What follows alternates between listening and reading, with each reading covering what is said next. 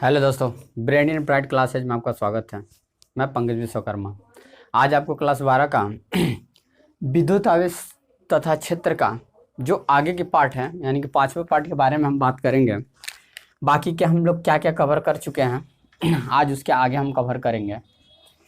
जो अभी तक हम लोग इसके पहले अच्छी स्थिति, निरक्षी स्थिति, वैद्युत बल आघूर्ण, कार्य, ठीक, और ऊर्जा के बारे में पढ़े हैं। और अब हम नया जो हमारा टॉपिक होगा, आज का जो टॉपिक है वह है गॉस थ्योरम। लेकिन गॉस थ्योरम पढ़ने से पहले हम विद्युत फ्लक्स के बारे में पढ़ते हैं। विद्युत फ्लक्स क्या होता है, ठीक है। उसके बाद गॉस थ्योरम के पास चलेंगे। पहले है तो विद्युत फ्लक्स। विद्युत फ्लक्स क्या होता है? विद्युत फ्लक्स, इलेक्ट्रिक फ्लक्स बोलते हैं इंग्लिश में। इलेक्ट्रिक फ्लक्स क्या होता है, ठीक है। विद्युत फ्लक्स या इलेक्ट्रिक फ्लक्स भी बोलते हैं। तो विद्युत फ्लक्स क्या है कि मान लेते हैं कि कोई एक हमारे पास ये कोई बॉडी है जो धनात्मक बॉडी है, ठीक है, यानी कि प्लस क्यू आवेश का एक बॉडी है, ठीक है। तो इस जैसे कि हम विद्युत बल रेखाएं पढ़े हैं ना, विद्युत बल रेखाएं इसके पहले पढ़े हैं। यह निष्कोण काल्पनिक होती है ना। ए प्लस था, दूसरा क्या था, माइनस क्यू था, ए प्लस क्यू। इधर से क्या होती थी, इधर की तरफ, यानी कि प्लस से कहाँ चलती थी, माइनस के तरफ, और एक निष्कोणीय काल्पनिक रेखा बनाती है। उसी को हम क्या कहते थे, विद्युत बल रेखा। ठीक उसी प्रकार ये भी है विद्युत फ्लक्स। जो ये धनात्मक है तो इससे निकलने वाली विद्युत रेखाएं, यानी कि विद्युत रेखाएं यही है। इससे के से हम मान लेते हैं क्या निकल रही हैं, विद्युत रेखाएं, ठीक है, कुछ इस प्रकार से निकल रही हैं, ठीक है ना। इसको इरेज करते हैं क्योंकि तो आगे का था ना, इसको हम इरेज कर देते हैं। तो इससे निकल रही हैं, क्या निकल रही हैं, धनात्मक रेखाएं। क्या निकल रही हैं, धनात्मक रेखाएं, यानी कि कौन सी रेखाएं, विद्युत रेखाएं। तो इस बॉडी के पृष्ठ पर क्या होंगे, सभी तो धनात्मक सभी तो इसके पृष्ठ पर लंबवत तो होंगे नहीं, कुछ लंबवत होंगी, जैसे कि यहाँ पे, या इसके पृष्ठ पे क्या कर रहा है, 90 डिग्री का कोण बना रहा है, 90 डिग्री का कोण बना रहा है। यानी कहने का मतलब कि किसी धनात्मक आवेश से निकलने वाले या किसी बॉडी से निकलने वाले विद्युत फ्लक्स, यानी कि विद्युत रेखाएं, वह अपने पृष्ठ पे क्या हो, लंबवत हो। यानी कि यहाँ पे लिख सकते हैं कि लंबवत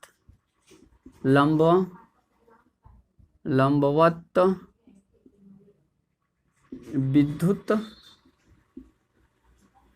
बल रेखाएं, लंबवत रेखाएं, ठीक है। लंबवत निकलने वाली रेखाएं, इसको हम किससे प्रदर्शित करेंगे, फाई ई से, यानी किससे, फाई से, यानी कि किसी धनात्मक चार्ज से निकलने, यानी किसी धनात्मक आवेश से निकलने वाली विद्युत रेखाएं जो अपने पृष्ठ पे क्या हो, लंबवत हो, उसी को हम कहते हैं विद्युत फ्लक्स, और इसे फाई इसे प्रदर्शित करते हैं। इसके प्रकार क्या क्या होते हैं, प्रकार इसके दो प्रकार हैं। पहला धनात्मक फ्लक्स होता है, और जो दूसरा प्रकार होता है, वो होता है क्या, ऋणात्मक फ्लक्स। तो धनात्मक फ्लक्स क्या होगा, इस आवेशित पिंड से जो लंबवत रेखाएं निकलेंगी, लंबवत विद्युत रेखाएं जो निकलेंगी, उसे हम धनात्मक फ्लक्स कहेंगे। और दूसरा जो है, यह मान लेते हैं हमारा ऋणात्मक आवेश है, तो इसमें क्या होगा, लंबवत विद्युत बल रेखाएं इसमें लंबवत प्रवेश करेंगे, इसको हम कहते हैं ऋणात्मक फ्लक्स। पहला क्या होगा, धनात्मक फ्लक्स होगा और दूसरा क्या होगा, ऋणात्मक फ्लक्स होगा। ठीक है, फ्लक्स किसे कहते हैं कि किसी पट या किसी आवेशित पिंड से निकलने वाली लंबवत विद्युत रेखाएं की संख्या क्या कहलाती है, विद्युत बल रेखाएं, रेखाएं की संख्या मान हो तो लिख सकते हैं संख्या। ठीक है, लंबवत निकलने वाली विद्युत रेखाओं की संख्या क्या कहलाएगी, विद्युत फ्लक्स। यानी किसी धनात्मक चार्ज से निकलने वाली लंबवत बल रेखाएं की संख्या क्या कहलाएगी, विद्युत फ्लक्स कहलाएगी।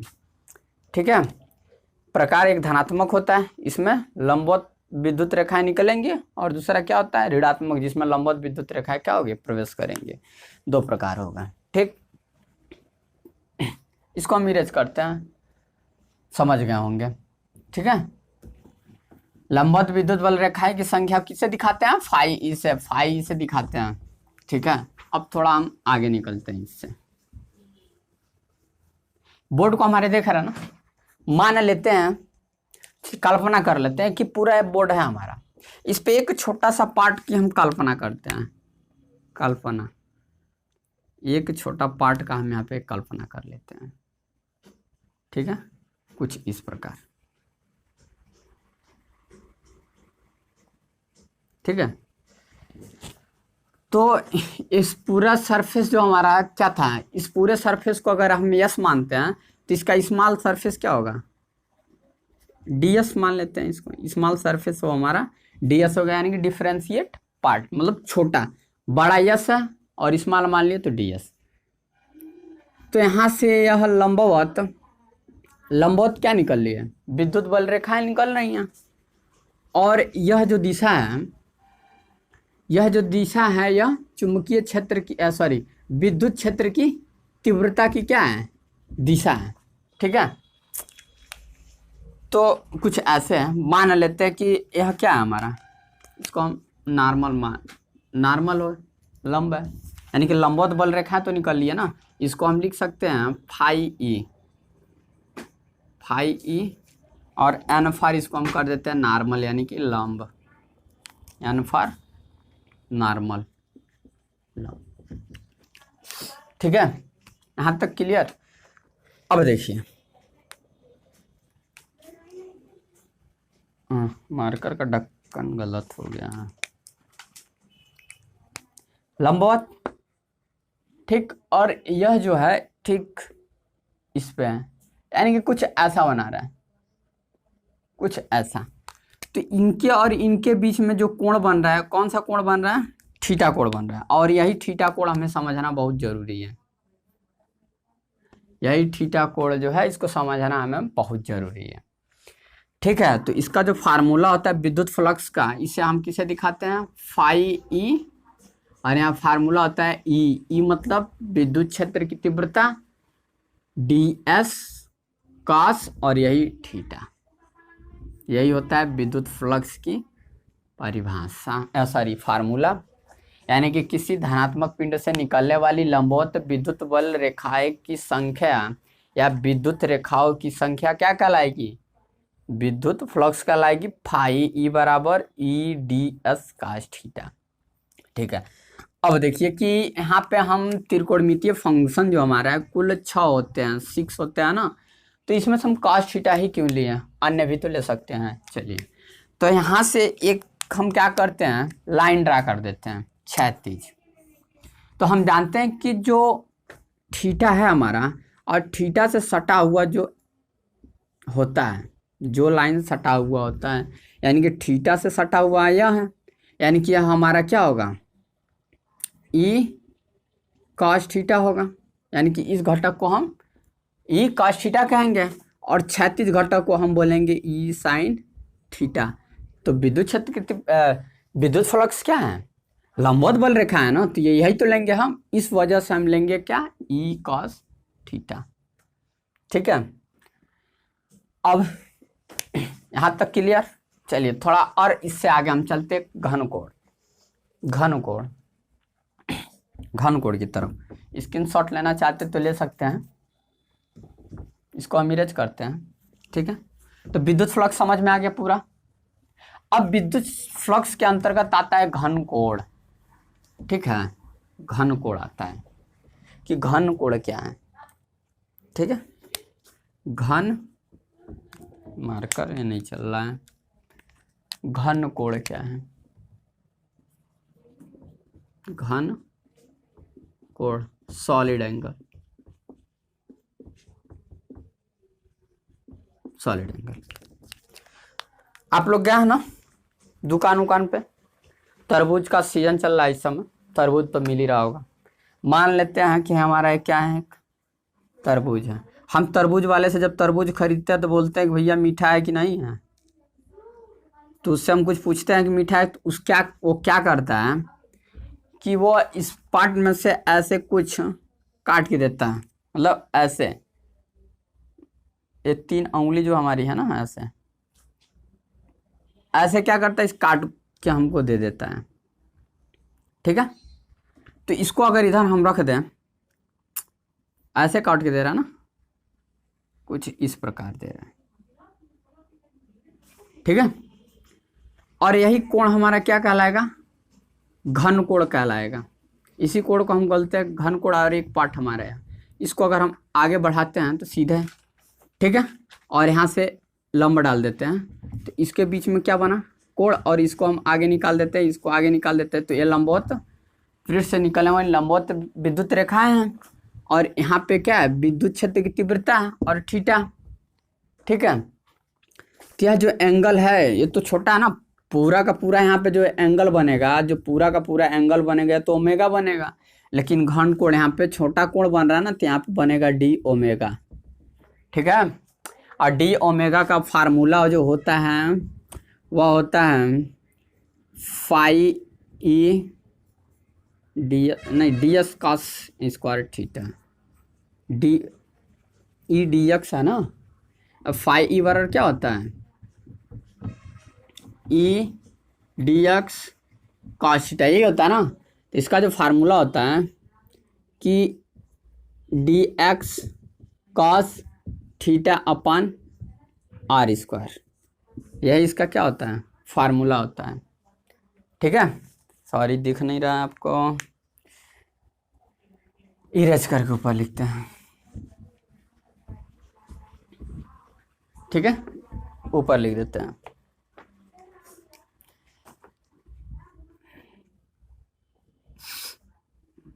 तो डी ओमेगा घन कोण जो होता है, जो घन कोण होता है डी ओमेगा, वह होता है E d x cos theta का आर स्क्वायर,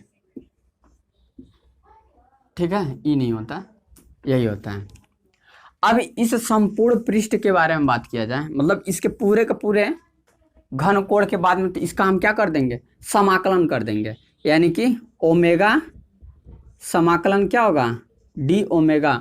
और इसका जब हम समाकलन कर देंगे तो D x cos theta upon R square का जब हम समाकलन करेंगे तो कुल आ जाता है 4 पाई ओमेगा, और ये होता है रेडियन, रेडियन, ठीक है ना। घन कोण का जो यूनिट होता है क्या होता है, रेडियन होता है। नहीं आ रहा है,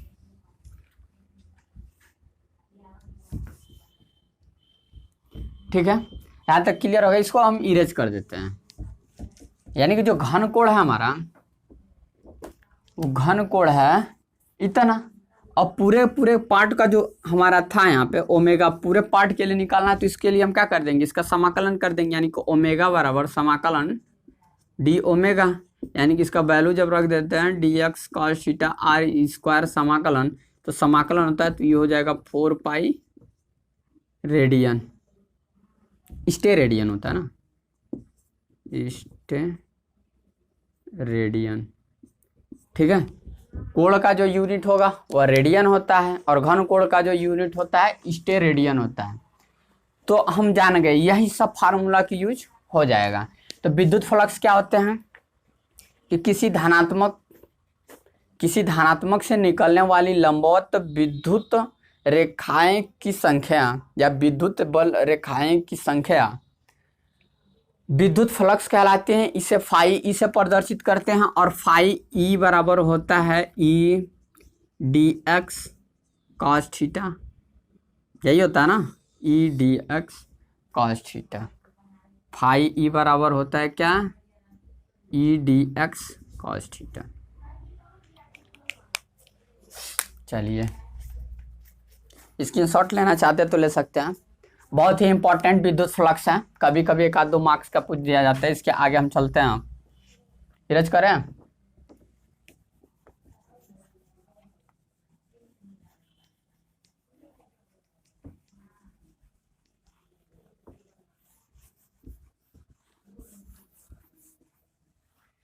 अब है गॉस का प्रमेय।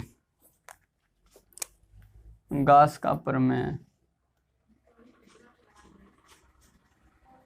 गॉस का प्रमेय।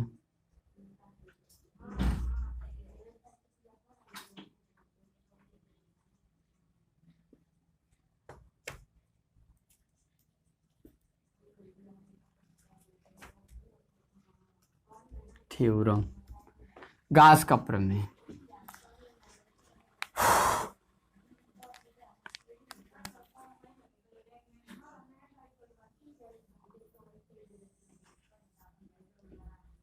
एक कोई बॉडी है, ठीक है, यह हमारे पास ये क्या है, एक कोई बॉडी है, ठीक है, यह कोई क्या है, बॉडी है। और इस पृष्ठ से निकलने वाली लंबवत बल रेखाएं कुछ इस प्रकार हैं। ये लंबवत निकली है ना, ये लंबवत निकल रही है, ठीक है। तो यह हम इस पे क्या करते हैं, यह विद्युत क्षेत्र की तीव्रता हो गया, और यहाँ से जो लेंगे पॉइंट पी है, तो यहाँ पे जो एंगल बनेगा वो क्या बनेगा, थीटा। और यहाँ पे जो होगा हमारा, ठीक है, यहाँ हमारा क्या लंब है, नॉर्मल। और यह क्या है, विद्युत क्षेत्र की तीव्रता यानी कि बल है, ठीक है। और यहाँ पे जो कोण बनेगा क्या बनेगा, डी ओमेगा बनेगा। और पूरा सरफेस क्या है, यस है, और यही ओ है, ठीक है। या प्लस क्यू चार्ज मान लेते हैं ना, यहाँ पर प्लस क्यू आवेश है, ठीक है। तो पूरा पार्ट हमारा एस है, ठीक है। और इस कोण का जो हमारा है घन कोण या डिफरेंशिएट पार्ट है ना, मतलब छोटा सूक्ष्म है। अब इसको समाकलन कर दें तो पूरे का घन कोण निकल जाएगा। अब ये छोटा है, तो कथन में हम क्या देंगे, कथन सबसे पहले तो हम कथन लिखते हैं ना, कथन गॉस का प्रमेय का। तो गॉस का प्रमेय क्या होता है कि किसी धनात्मक से या किसी धनात्मक पिंड से, या सबसे बेटर है कि जो थ्योरम होता है बंद फलक पे होता है, यानी कि बंद सतह पे होता है, ठीक है ना। सतह क्या है, बंद है।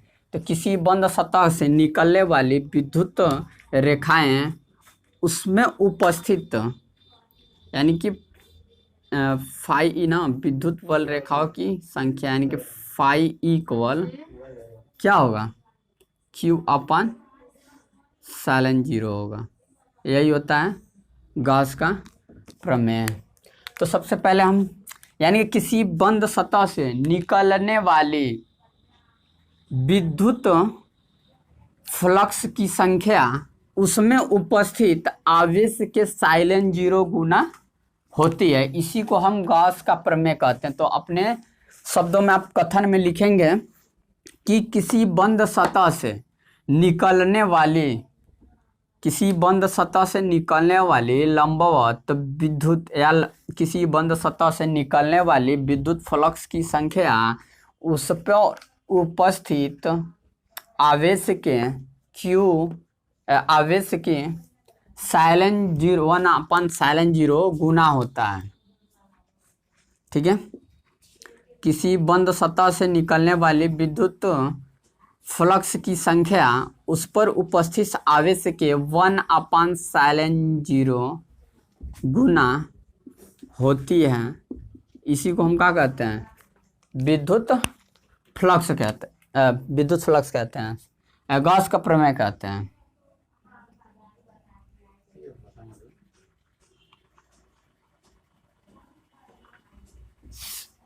यानी किसी बंद सतह से निकलने वाली विद्युत फ्लक्स की संख्या उस पर उपस्थित आवेश के 1/ln0 गुना होती है, उसी को हम क्या कहते हैं, गॉस का प्रमेय। अब इस कथन को माना कि आप लिख लीजिएगा, माना कि करके आप पूरा इस फिगर को देख के आपको लिखना अपने शब्दों में। तो माना कि करके आप इसको अपने शब्दों में लिख सकते हैं, ठीक है ना। माना कि लिख सकते हैं कि एक एस पृष्ठ है जिसका छोटा डिफरेंशिएट पार्ट क्या है, ds है। तो अब लिखेंगे हम इसके कथन को, हम प्रूफ करेंगे, ठीक है ना, यानी कि प्रूफ करते हैं, इसको हम प्रूफ करते हैं।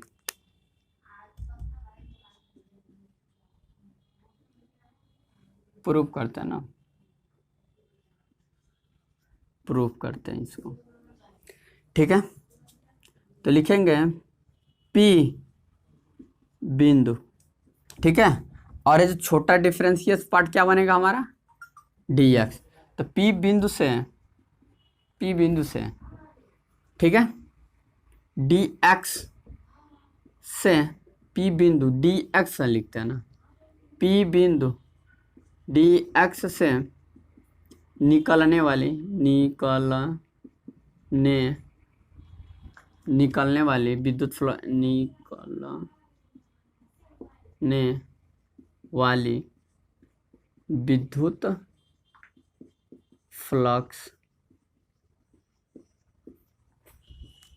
विद्युत फ्लक्स की संख्या, विद्युत फ्लक्स की संख्या, इसको हम क्या मान लेंगे, फाई E1 क्या होता है, E dx cos थीटा ना, थीटा, ठीक है। और E का जब मान रखते हैं तो E बराबर हम क्या पढ़े हैं, 1/4πε0, ठीक है। तो dx cos थीटा अपन r², यही ना। और इस तरह का वैल्यू हम घन कोण में बता चुके हैं कि इसका वैल्यू कितना होगा घन कोण में, तो इतना हो जाएगा 4πε0, और इसका हो जाएगा d ω। इक्वेशन नंबर हम क्या मान लिए, फर्स्ट। इक्वेशन हम क्या मान लिए, फर्स्ट। इतना समझ में आ गया कि बिंदु P ds से निकलने वाली विद्युत फ्लक्स की संख्या, इसको हम फाई E1, फाई E मतलब electric, phi E1 E dx cos theta, E का मान रख दिया 1/4πε0, ठीक है। और आवेश का वैल्यू छूट रहा था, तो इसको हम यहाँ पे आवेश का वैल्यू नहीं रखे हैं, ठीक है। 1 मिनट, सॉरी, Q/r², ठीक है, dx cos थीटा, और dx cos थीटा इतना का जो वैल्यू है हम जानते हैं क्या होता है, कोणीय, तो कोण होता है ना। तो इसको अगर हम क्या लिख सकते हैं, Q × d⍵, equation number first. अब संपूर्ण पार्ट का निकालते हैं ना, तो पूरे पृष्ठ के लिए, तो इसको हम इरेज करते हैं। इतना तो समझ गए होंगे गॉस का प्रमेय। आपको यहाँ पे सबसे पहले स्टेटमेंट देना है, फिर स्टेटमेंट के नीचे आपको क्या लिखना है, फार्मूला, उसके बाद फिगर, उसके बाद माना कि आप इस फिगर को देख के लिख लेंगे। फिर यहाँ से प्रूफ करना स्टार्ट कर देंगे कि बिंदु P से निकलने वाली विद्युत फ्लक्स की संख्या phi E1 E ds cos theta, और E का मान E पढ़े ही हैं, विद्युत क्षेत्र की तीव्रता का formula 1/4πε0 Q/r² ds cos theta, ठीक है। तो इसको हम इरेज कर देते हैं।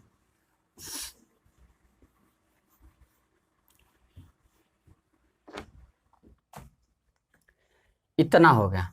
अब निकालेंगे, लिखेंगे कि संपूर्ण पृष्ठ से निकलने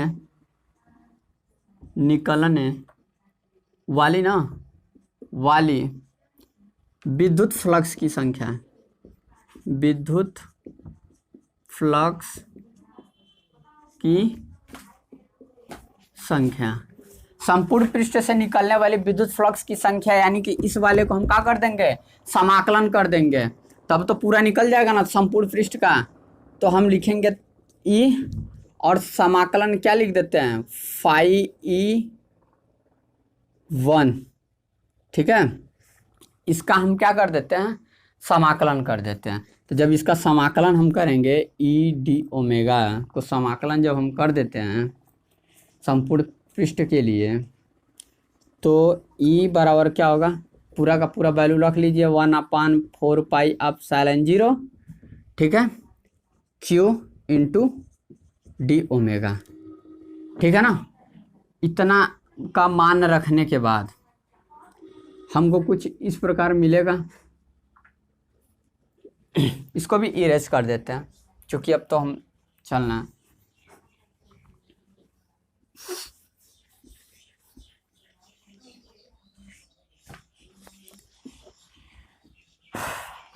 तो ई